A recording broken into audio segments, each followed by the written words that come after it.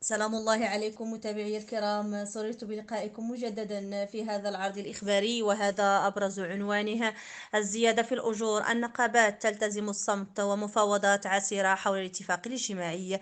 لكن قبل الشروع في التفاصيل ما تنسوش الإعجاب بالفيديو والاشتراك في القناة والضغط على زر الجرس كي يصلكم جديد الأخبار. وإليكم التفاصيل.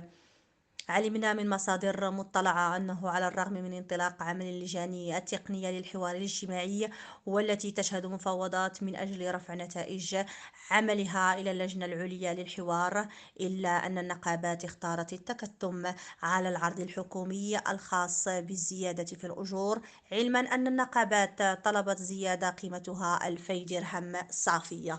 وقال ذات المصدر أن هناك التزاما بأن لا يتم تسريب أي معطيات حول سير المفاوضات إلا عندما تصبح الأمور شبه جاهزة، خاصة أن التوجه لدى الحكومة هو أن تكون استجابتها للمطالب محدودة ولا ترقى لما تطرحه النقابات.